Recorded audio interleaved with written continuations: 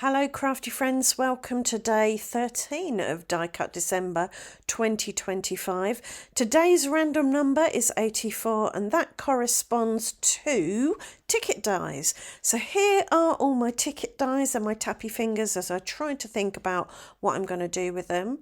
I did decide to use this ticket die. It's one I've not tried before. I think I bought it fairly recently. So I picked that as my focal point ticket, and then I grabbed a panel of white card and all my other ticket dies and arranged them in a jaunty higgledy-piggledy fashion so that I could emboss some tickety texture onto this panel. Once I had all my dies where I wanted them, I stuck them down with some very low tack post-it tape and ran them through my Cuttlebug die cutting machine with the embossing sandwich configuration. So for my Cuttlebug, that is the large cutting plate, a cardboard shim, a clear cutting plate, the rubber mat, then the card die combo, and then a self-healing cutting mat on top of that. If you're not sure what the embossing sandwich is for your particular die cutting machine, then check out the manual. It should tell you in there. And here's what it looked like when it came out of the machine. You can see the embossing on the back.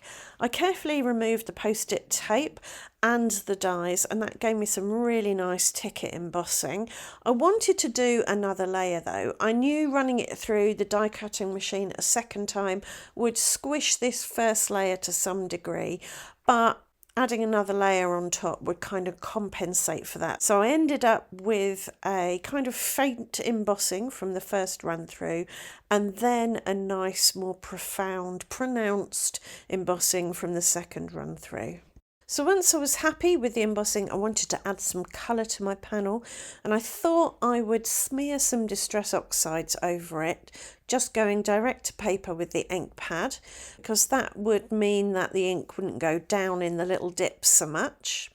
So I started with a light colour, Lost Shadow, and then Pumice Stone, which is a kind of warmer grey, a very, very pastel brown. And then I went in with some Vintage Photo, because all of those colours kind of give me vintage ticket vibes. To smooth out the Vintage Photo a bit, I did use my blending brush, so I did get some colour down in the indentations from the dies, but I think that looked fine. And I just kept adding the various colours until I was happy with what I had. Once I was happy with the colour of the main panel, I used my blending brush to add some Vintage Photo around the edge to create a vignette feel. And I also brought in some Walnut Stone, which is a darker brown, to add some dark brown to the very, very edges. At this point, I thought the panel was in dire need of some shimmer and shine, so I sprayed on some Lindy's Stamp Gang Moon Shadow Mist, which is brown with some gold mica in it. I spritzed that on the panel and then smushed it about a bit with my smusher so it didn't look too defined. I gave it a dry with my hairdryer and then decided I really wanted a very dark edge.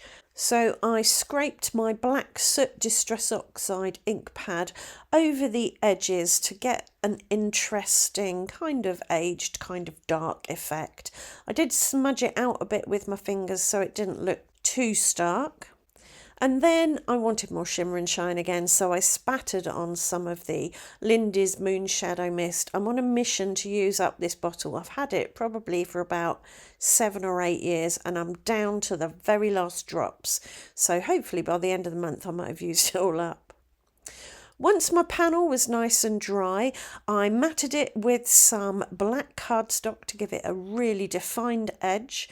And then I used some tape runner to stick it to the front of a white card blank. And I think with the white, the black, and then all that lovely grungy brown, it really pops there. So back to the original focal ticket die. I die cut 2 black tickets from it, and then I distressed these with some of the ink pads that I used on the panel just smushing the die cut down onto the ink pad and then smearing it around with my fingers, because I wanted my tickets to be able to pop against that dark brown background. So they needed to be quite bold, and I thought black would accomplish that. It also tied in with the black around the edge. And when I was satisfied with the grunginess of my tickets, I used high-tack white glue to stick one on top of the other, and then I used 1mm deep foam tape to stick them on the front of my card, about a third of the way down from the top and a third of the way in from the left.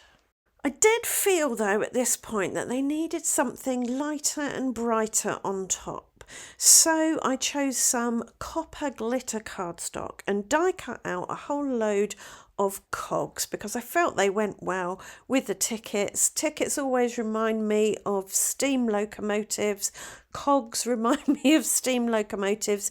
In my brain they go together, so I put 3 largish cogs on top of my tickets, and then I added a best wishes sentiment. It's a big bold black and white sentiment, so I think it works well. It ties the white of the card in as well.